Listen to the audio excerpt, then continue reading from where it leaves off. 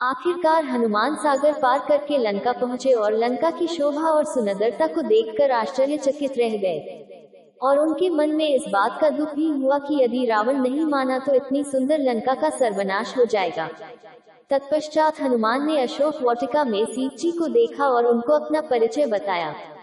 साथ ही उन्होंने माता सीता को सांत्वना दी और साथ ही वापस प्रभु श्री राम के पास साथ चलने का आग्रह भी किया।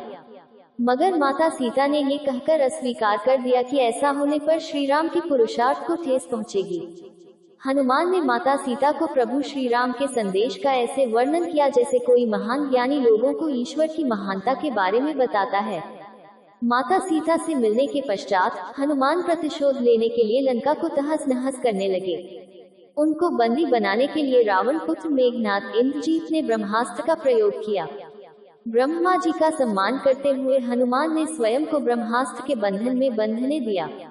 साथ ही उन्होंने विचार किया कि इस अवसर का लाभ उठाकर वो लंका के विख्यात रावण से मिल भी लेंगे और उसकी शक्ति का अनुमान भी लगा लेंगे। इन्हीं सब बातों को सोचकर हनुमान ने स्वयं को रावण के समक्ष बंदी बनकर उपस्थित होने दिया।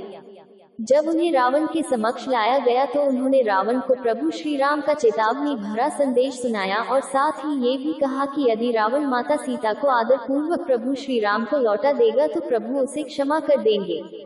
क्रोध में आकर रावण ने हनुमान को मृत्यु दंड देने का आदेश दिया, मगर रावण के छोटे भाई विभीषण ने ये कहकर बीच बचाव किया कि एक दूत को मारना आचार संहिता के विपरीत है।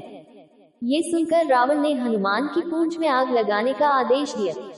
जब रावण के सैनिक हनुमान की पूंछ में कपड़ा लपेट रहे थे तब हनुमान ने अपनी पूंछ को खूब लंबा कर लिया और सैनिकों को कुछ समय तक परेशान करने के पश्चात पूंछ में आग लगाने का अवसर दे दिया। पूंछ में आग लगते ही हनुमान ने बंधन मुक्त होकर लंका को जलाना शुरू कर दिया और अंत में पूंछ में लगी आग को समुद्र में बुझाकर वापस प्रभु श्री राम के पास आ गए। लंका युद्ध में जब लक्ष्मण मूर्छित हो गए थे तब हनुमान जी को ही द्रोणागिरी पर्वत पर से संजीवनी बूटी लाने भेजा गया, मगर वो बूटी को भली भांति पहचान नहीं पाए और पुनः अपने पराक्रम का परिचय देते हुए वो पूरा द्रोणागिरी पर्वत ही रणभूमि में उठा लाए और परिणाम स्वरूप लक्ष्मण के प्राण की रक्षा की। भावुक होकर श्री राम ने हनुमान को हृदय से लगा लिया और बोले कि हनुमान, तुम मुझे भ्राता भरत की भांति ही प्रिय हो। हनुमान का पंचमुखी अवतार भी रामायण युद्ध की ही एक घटना है। अहिरावण जो कि काले जादू का ज्ञाता था, उसने राम और लक्ष्मण का सोते समय हरण कर लिया और उन्हें विमोहित करके पाताल लोक में ले गया। उनकी खोज में हनुमान भी पाताल लोक पहुँच गए। पाताल लोक के मुख्य द्वार एक युवा प्राणी मकरध्वज पहरा देता था, जिसका आधा शरीर मछली का और आधा शरीर वानर का था। मकरध्वज के जन्म की कथा भी बहुत रोचक है। यद्यपि हनुमान ब्रह्मचारी थे मगर मकरध्वज उनका ही पुत्र था। लंका दहन के पश्चात जब हनुमान पूंछ में लगी आग को बुझाने समुद्र में गए तो उनके पसीने की बूंद समुद्र में गिर गई। उस बूंद को एक मछली ने पी लिया और वो गर्भवती हो गई।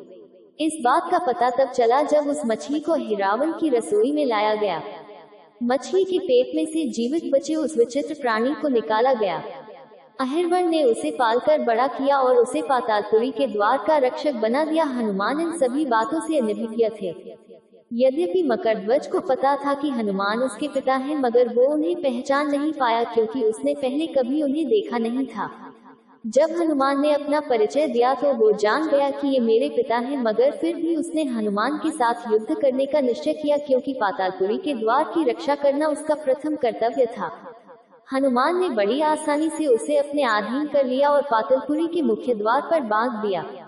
पातालपुरी में प्रवेश करने के पश्चात हनुमान ने पता लगा लिया कि अहिरावण का वध करने के लिए उन्हें 5 दीपकों को एक साथ बुझाना पड़ेगा। अतः उन्होंने पंचमुखी अवतार श्री वराह, श्री नरसिम्हा, श्री गरुड़, श्री हयग्रीव और स्वयं धारण किया और एक साथ में 5 दीपकों को बुझाकर अहिरावण का अंत किया। अहिरावण का वध होने के पश्चात हनुमान ने प्रभु श्री राम के आदेशानुसार मकरध्वज को पातालपुरी का नरेश बना दिया। युद्ध समाप्त होने के साथ ही श्री राम का 14 वर्ष का वनवास भी समाप्त हो चला था।